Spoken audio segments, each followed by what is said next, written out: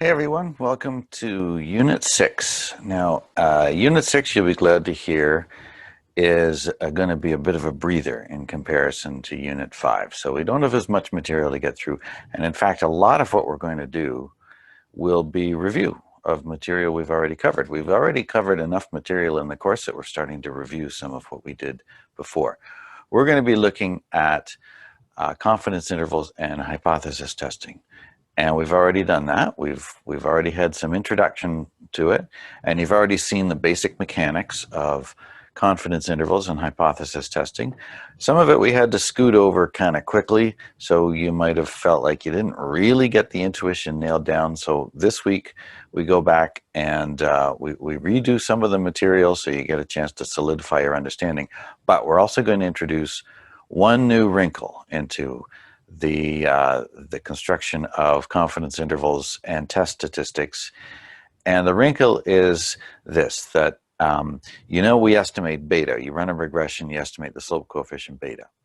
We also estimate the variance. And when we estimate the variance, that means we have to make a little change to our assumptions about how the test statistic is distributed. So that's what I'm going to explain in the second lecture this week. So as always, I hope you're keeping up with the assignments and the R programming. And if you're having any trouble at all, just contact me or one of the TAs and we'll help you get everything sorted out and we'll get you back on track. And in the meantime, grab your pens and let's get started with Unit 6.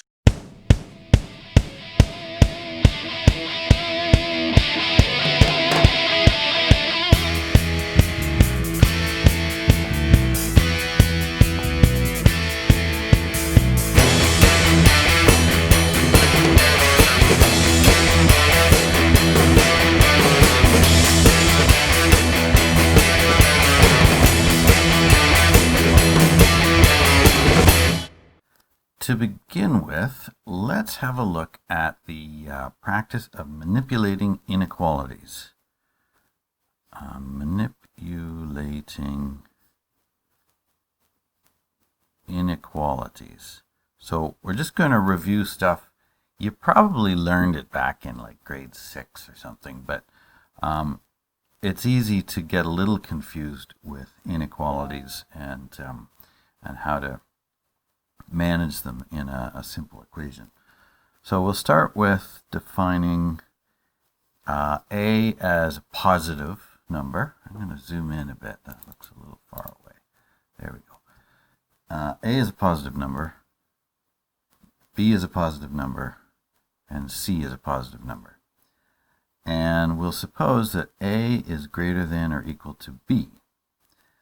Now, if A is greater than or equal to B and C is a positive number, we're allowed to multiply both sides by C. So C times A is greater than or equal to C times B. Another thing that we can do is multiply both sides of the equation by a negative number, but if we do that, you have to change the direction of the inequality. All right, so minus A is less than or equal to minus B. Another thing that we would be allowed to do is add a positive constant to both sides. So we can say A plus C is greater than or equal to B plus C. And in this case, we can also subtract the positive constant. So we can say A minus C is greater than or equal to B minus C. And then finally, we can divide through by a positive constant. So we can have A over C greater than or equal to B over C. In all of these inequalities, whenever you're working with them, if ever you get confused, just try a numerical example. Just pick a couple of numbers, small numbers, like between 1 and 10, and then just do a numerical example and see if it works. Then one final point here I'll make is if A is greater than or equal to B, which is greater than or equal to C, then C is less than or equal to B, which is less than or equal to A. All right, and again, by numerical example, 5 greater than or equal to 3 is greater than or equal to 1. Well then, 1 is less than or equal to 3, which is less than or equal to 5.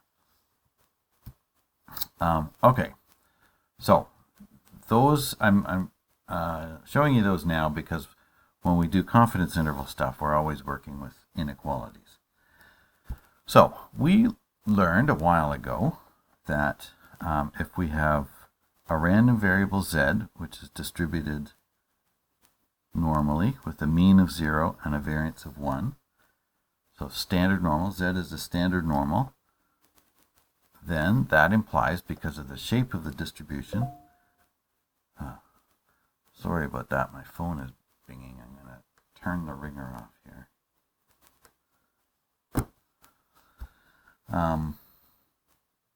Probability of the probability that minus 1.96 is less than or equal to z, which is less than or equal to 1.96, equals 0.95. Okay, so this is just looking at the shape of the standard normal distribution, mean of 0, variance of 1, and 95% of the distribution lies in these bounds here.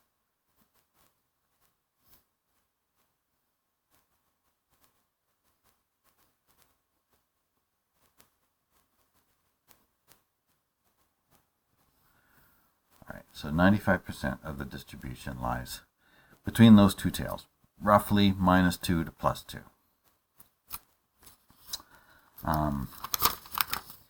Now, the z score is very useful because with any random variable, if it's normally distributed, even if it has a different mean and variance, we can change it into a standard normal. So, if we have estimated beta hat in a regression model, and we have the variance of beta hat, because that also comes out of the regression estimation procedure, then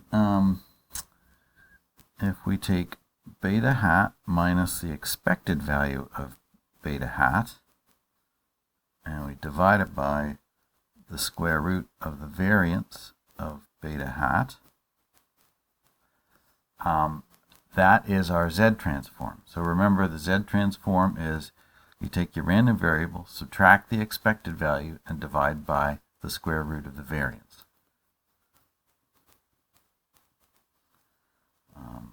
So then that gives us beta hat minus beta, because we're using unbiased estimators here, so the expected value of beta hat is beta. And we divide that by sigma squared over the sum of xi squared in the case of simple regression. Okay, so this is the formula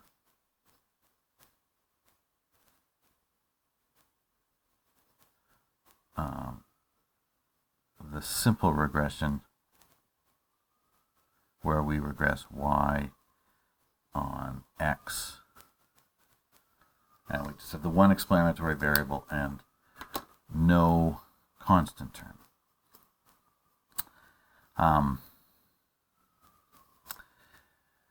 So I haven't done anything new here. I've just said when we run a regression, we get the slope coefficient, beta hat, we get the variance, which is that formula, and we're going to talk a little bit about this formula in the next lecture. And the z transform just involves subtracting beta and dividing by the square root of the variance. And if we do that, then z is distributed in 0, 1. Now, of course, you might be thinking, well, how would we do this in practice? Because we don't have beta. We don't know what beta is. you're right. What we would do is just assume a certain value for beta. That would be our null hypothesis. So we might say, well, the null hypothesis is beta equals 0. And if that null hypothesis is true, then z just equals beta hat divided by the square root of its variance, and that will follow the standard normal distribution, and then we can see where that value of z lies on this distribution. And if from that assumption we calculate z, and z is located at a point like that, then we're going to say, okay, that's actually not implausible. That's lying somewhere in the main body of the distribution, and we can't rule that out. But if z is way up here, then we would say that's not likely to be true. So our null hypothesis is probably not true if it yields a value of z way out there.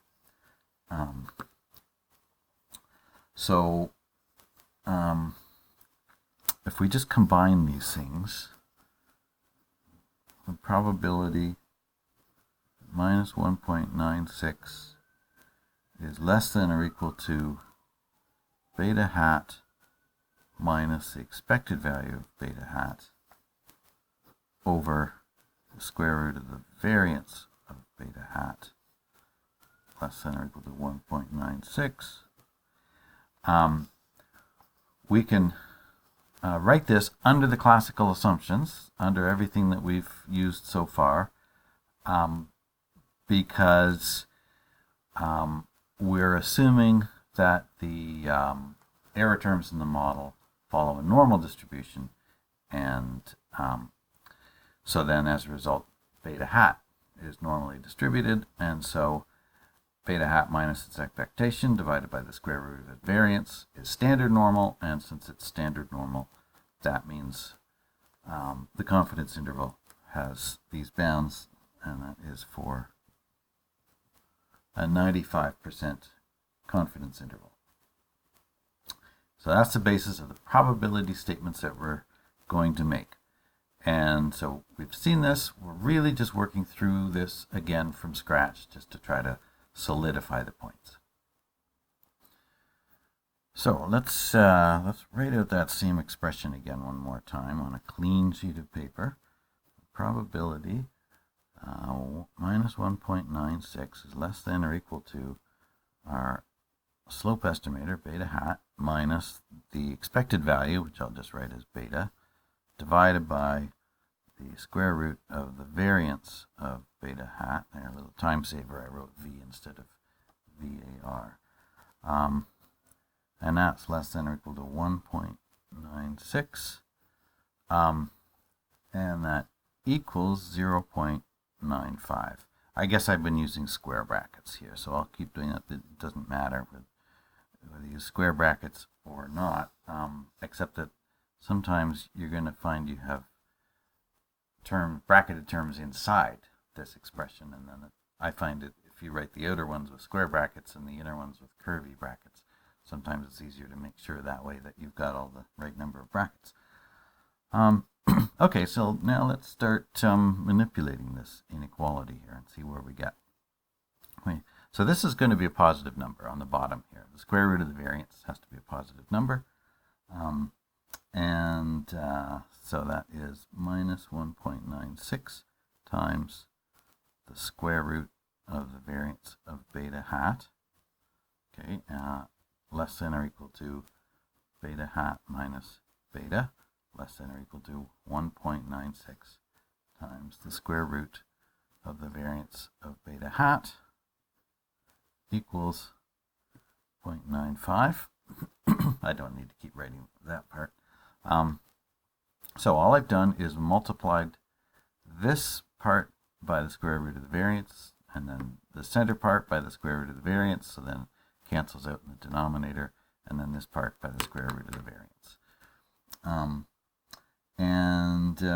Then what I'm going to do is I want to get this beta on its own here. So I'm going to move the beta hat around to the other sides of these inequality signs.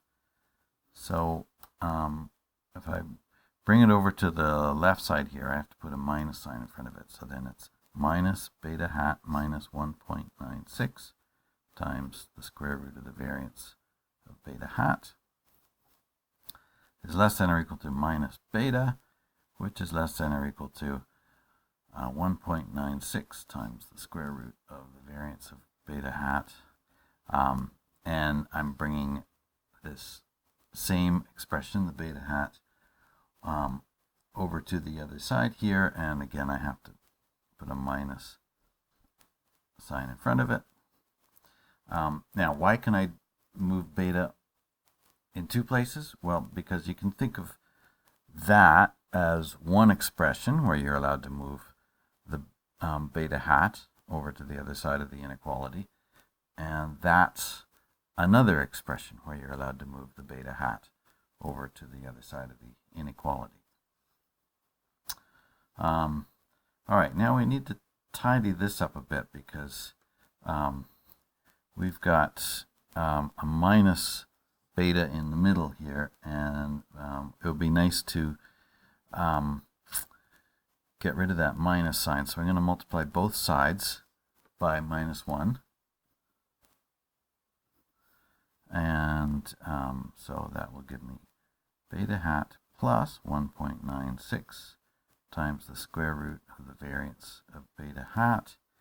But now I have to change the direction of the inequality. All right.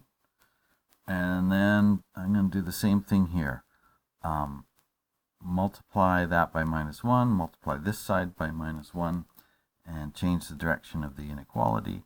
And then that will give me beta hat minus 1.96 times the square root of the variance of beta hat. And then the last thing that I'm going to do is it's a little easier to work with these confidence intervals if we have it run from low to middle to high. So I'm going to just change the order of the terms here, and when I do that I have to change the direction of the inequality signs again. So I have beta hat minus 1.96 times the variance of beta hat is less than or equal to beta, which is less than or equal to beta hat plus 1.96 times the square root, sorry, I wrote that wrong, the variance, the square root of the variance of beta hat, not square root of beta hat. That's, wow, that's me making a big mistake. 1.96 times the square root of the variance of beta hat. All right. Close bracket. And that equals 0.95. So here's the deal. When we start out to do a regression, to fit that line through the data, we don't know what the true value of beta is. But using the data and based on the classical assumptions, what we end up with is not beta, the true value of beta itself, but we end up with a distribution that allows us to say there's a 95% probability that the true value of beta is somewhere between this point and this point. And the lower point is given by this expression, and the upper point is given by this expression. And these are numbers that we can estimate. We can estimate beta hat and its variance. So the data will give us the lower bound and the upper bound, and that means it gives us the 95% confidence interval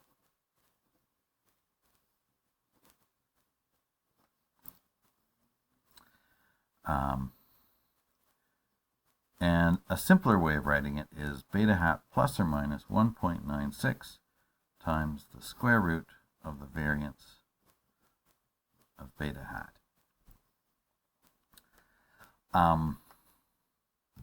And I said that the variance of beta hat is in the simple regression case, it's the square root of sigma squared over the sum of xi squared. There's a more complicated version of that in the multiple regression case, but for now, we don't need to look at that. We'll just use the version from the simple regression case. Now, I said that the data can give us these things because we know the value of the x's, but we're assuming that we know what that is. So this assumes we know sigma squared, and we never do. Okay, so the reality is, of course, we don't know sigma squared. We have to estimate it, but we don't.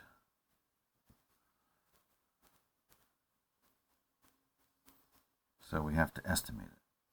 So we need to estimate it. Okay, which is fine. That's no problem. We can use the formula for variance. In this case, variance of the error terms, not the variance of beta hat, but this is the variance of the error terms. We can estimate that using the residuals.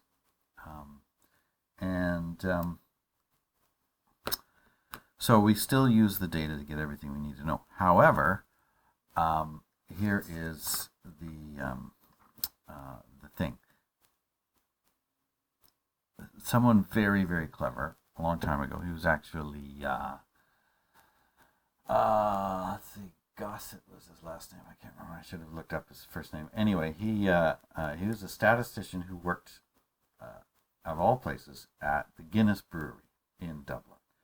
And so at the Guinness Brewery, they do quality control. He had to take samples, process the samples, test the statistics, the various properties of the beer, and keep it in a certain range. And he looked at this issue, and so this is the confidence interval for the standard normal, or for the normal distribution. But it assumes that we know what sigma squared is. And now we don't, so you estimate sigma squared. So fine, you use the data, you estimate the sigma squared. But he wanted to know, well, does that change the distribution? Are we no longer maybe working with the normal distribution? It kind of makes sense that it would have to change the distribution somehow. So he thought about that, and he ended up going away and showing that yes, it does change the distribution, and it changes it from going. We go from using a standard normal to what's called a t distribution. So in the second lecture this week, we will look at the t distribution and why we use it for confidence intervals, and we use it because we don't know what the true variance is. Instead, we have to estimate the variance. And when you estimate the variance, that changes the nature of the distribution.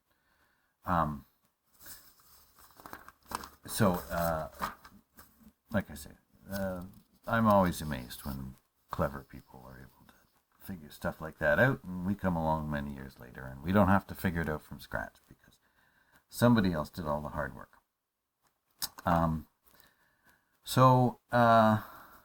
Let's see, I'm going to talk now about hypothesis testing. And confidence intervals and hypothesis testing are two similar ways of asking the same question. And the question really is, how likely is it, how plausible is it that beta could take a certain value? In the confidence interval case, we answer that by saying, well, based on the data, we have a confidence interval given by beta hat plus or minus roughly 2 times the square root of the variance of beta. So if your proposed value of beta falls inside that range, then we'll say that, yeah, that's it may not be likely, but what we'll say is we're not going to reject it. It's close enough to beta hat that we can't reject it. Hypothesis testing it frames the issue a little bit differently. So in hypothesis testing, what you'll do is you pick the value of beta that you're proposing to test, and then you use the data in a certain formula to construct a test statistic where you know what the distribution is of the test statistic if that proposed value of beta is correct. And then you see how likely it is that you'd get a test statistic of that size. So in hypothesis testing, the data give us beta hat and the variance of beta hat.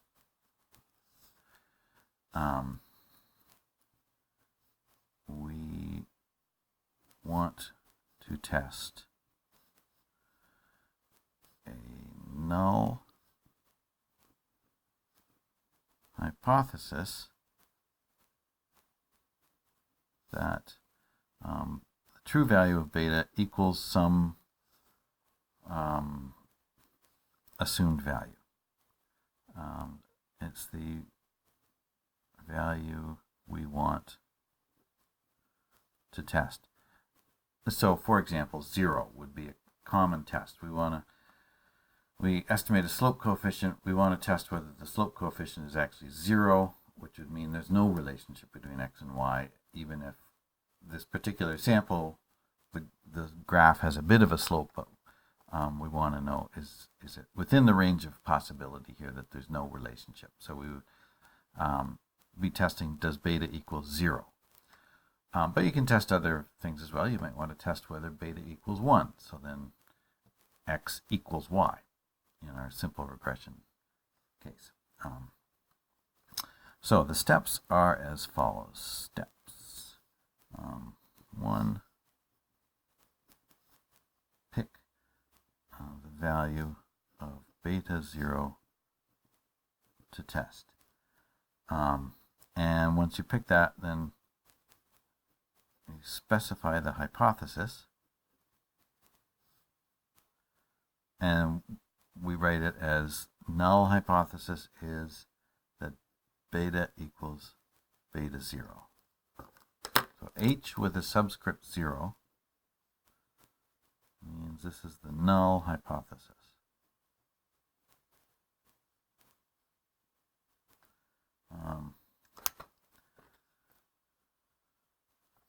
And since that's the null hypothesis, then H1 is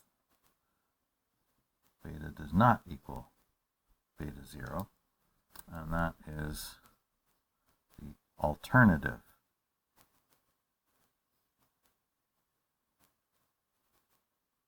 hypothesis. The alternative, by definition, just has to be whatever is true if the null hypothesis is false. So in this case, the null is beta equals beta 0. The alternative has to be beta is not equal to beta 0. Okay. Step 2. Now I'm following the steps in the textbook, but I'm going to combine steps 2 and 3 together because you don't really do them separately. And that is construct a statistic whose distribution is known if the null is true.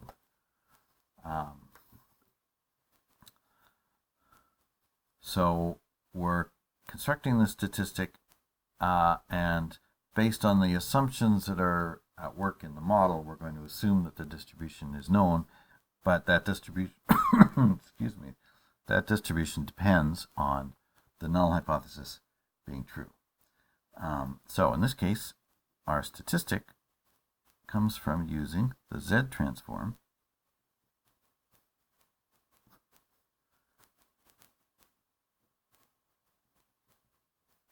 and in the case of the simple regression, so we have beta hat minus the value of the value of beta we want to test, and the square root of the variance. And so if the null hypothesis is true, then this is beta hat minus its expected value divided by the square root of the variance, and that means it's normally distributed, standard normal, n0, 1. So this statement, that it's distributed standard normal, is true if the null hypothesis is true. Then step 4, choose a significance level.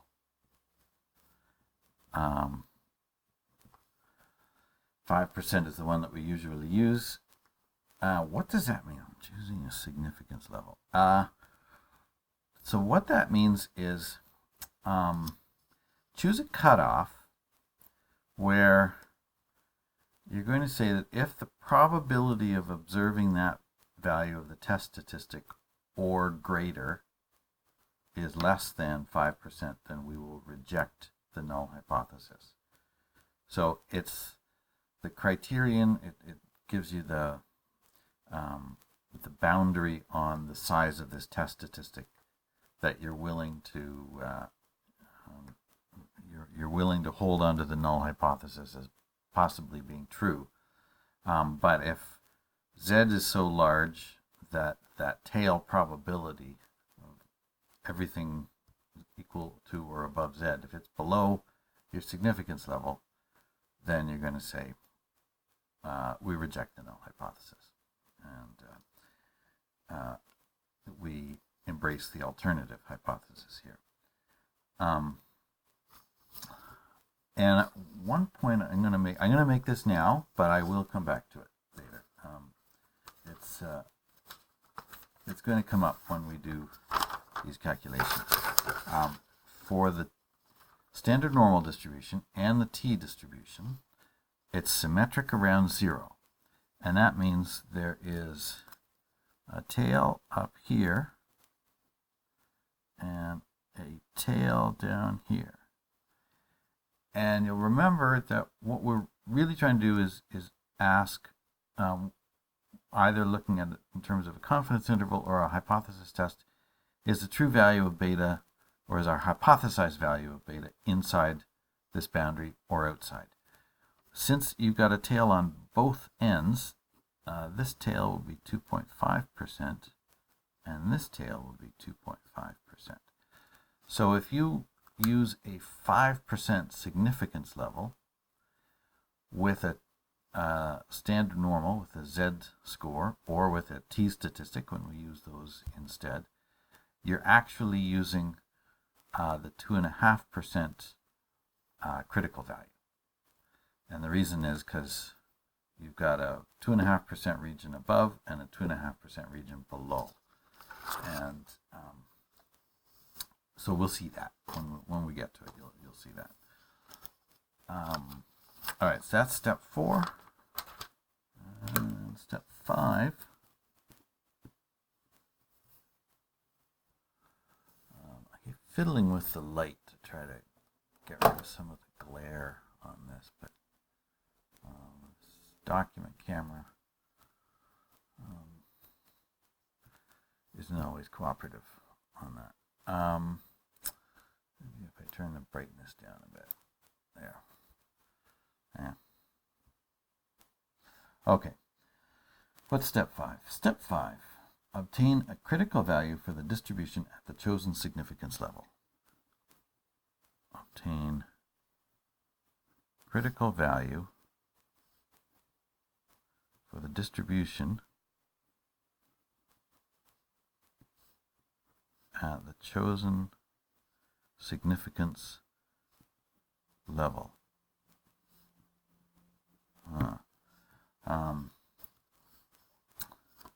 Well, why don't we look at the textbook? See what this means. All right, so this is the table showing the area under the standard normal distribution. And you remember the way the table is laid out. You have a little value of Z, and this is the probability that your random variable falls in the interval from 0 up to that value of z. So if z is 2.0, then there's a 47.73% probability, or a 0.4773 probability, that the random variable falls in the interval from 0 up to 2.0. So when we go to get a critical value, we're going to be looking for numbers in the columns here or across the top that's associated with one of the area numbers inside the chart here. So for example, if we want the critical value is associated with 95%. So if that's 95% of the distribution, that's 2.5% up here, 2.5% down there. Since we're using just half the distribution because it's symmetric, so what's this area? Well, that's half of 95%, so that is 47.5%, or 0.475. So if we look in the tables here, we're looking for 0.475. Oh, there it is. Here, I'll zoom in a little bit. You can see it's down in the chart here. I wonder if I can get that into focus. Well, sort of. Anyway, if you're following along in the textbook, you'll see it's there. And so what row are we in? We're in the row 1.9, and we're in the column 0.06. So that means it is the area associated with the point on the axis of 1.96. And so it is. So that is our critical value. That's what we call the critical value, which means if your z-score is out past 1.96, it's outside the 95% confidence interval. Or if it's less than minus 1.96, because you could have a negative z-score. Again, it's outside the 95% confidence interval. So when we choose a 5% significance level, in a case where we've got two tails to consider, if we have what's called a two-tail test, then we're looking for the 0.475 critical value. And 0.475 critical value is 1.96.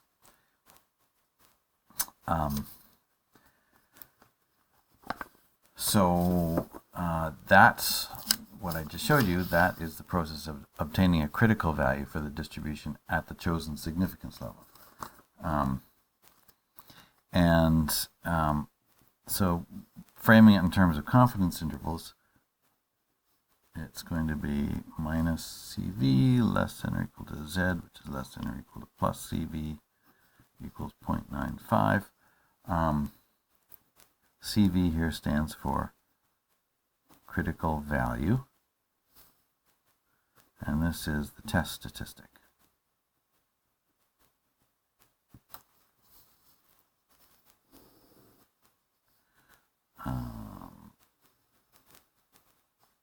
So the critical value is a point on the horizontal axis here. All right, it's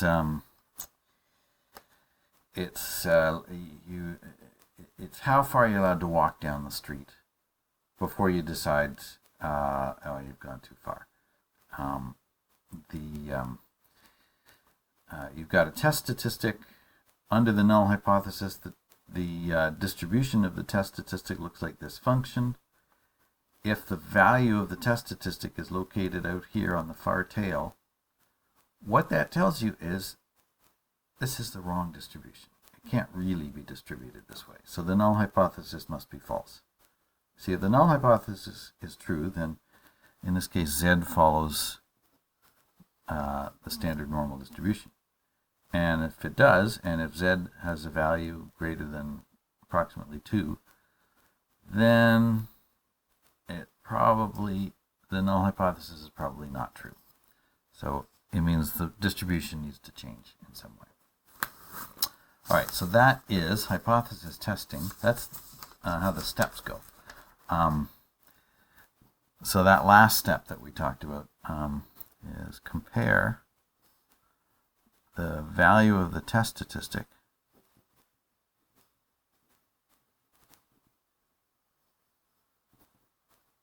from step 2 to the critical value.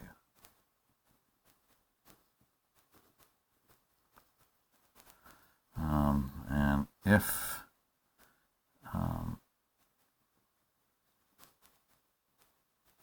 the test statistic, now I'm going to put in absolute value signs. Okay, so if the value of the test statistic, the absolute value of the test statistic is greater than the critical value, then you reject the null hypothesis. Okay, reject the null. We're going to reject H0. Absolute value because it could be that it's too large negative in that direction or too large positive. So for example, if we have a 5% critical value, if Z equals 4.2, well, if Z equals 4.2 at 5%, the critical value equals 1.96. 4.2 is greater than 1.96. Therefore, reject the null. Okay, and the null is whatever you assumed about beta in order to generate that Z transform.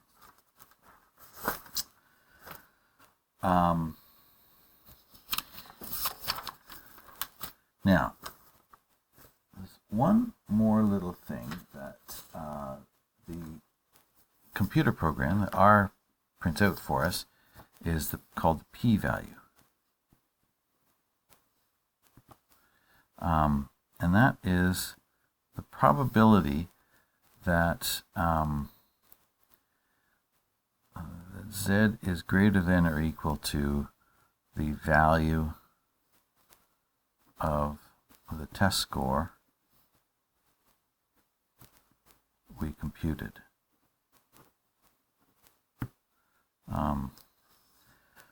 So if you do, if you run a regression, you get the whole table of results. You get the slope coefficients, you get standard errors, you get the t-statistics, which we'll talk about, and you get the p-values. And we'll talk about all these because they all matter, but the p-value, in effect, what it's doing is this.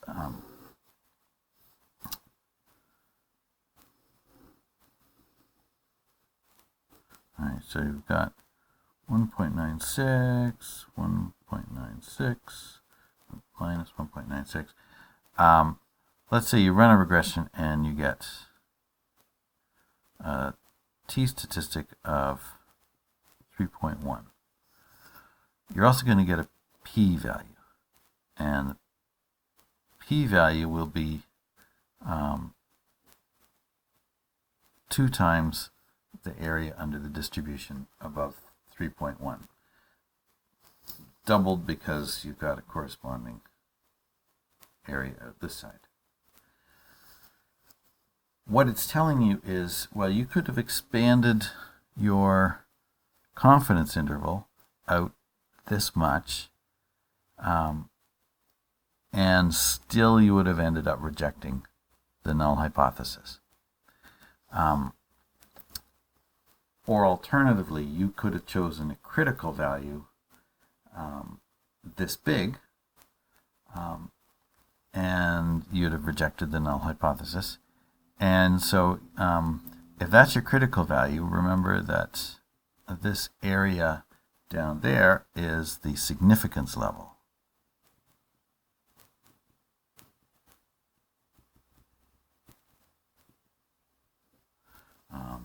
So just terminology, but we need to get the terminology straight. The area under the tail outside of the critical value is what we call the significance level. And so the p-value is the smallest significance level that you could have picked, and you'd still reject the null hypothesis. So when we go back a few steps, got it somewhere. Oh, yeah, there it is. Okay, so if you go, what was one of our step 4? Choose a significance level. For example, 5%. And when you choose that significance level, what you're doing is you're choosing how big you want those tails to be. The upper tail and the lower tail. And so then once you've chosen how big you want those tails to be, then that tells you where the critical value is. Critical value defines the middle portion of the distribution and the outer tail, and the rejection region of the tail, and the amount of the area that's in those tails, that's your significance level. And the p-value just tells you the smallest significance level that you could have chosen. So the p-value is handy because you can do a lot of these statistical tests at a glance when you have a program that generates the p-value for you. Because if the p-value is less than 0.05, that means you reject the null hypothesis at 5%. So if p-value is less than 0.05, then you reject the null at 5%. And so when you run a regression, sometimes you get, say, a p-value of 0.01. All right, so that's helpful to know. Then you can tell the reader that the null hypothesis rejects at 1% significance. So the p-value, in a sense, it boils everything down to the simplest possible at-a-glance way of doing hypothesis testing. And that's why it's nice to see them calculated. You'll see them whenever you do a regression, and then when later on we'll get to doing more sophisticated hypothesis tests, and you'll see that the program always spits out not only the value of the test statistic, but the p-value that goes with it. And so that's very handy, because then you don't have to look things up in tables. You can just see right away how big that tail region is. So what is the significance level that you can reject the null hypothesis at? Okay, that's enough for now. And next lecture, we go back to what I promised now, which is how does it modify our hypothesis testing, the fact that we have to estimate the variance rather than just knowing what it is.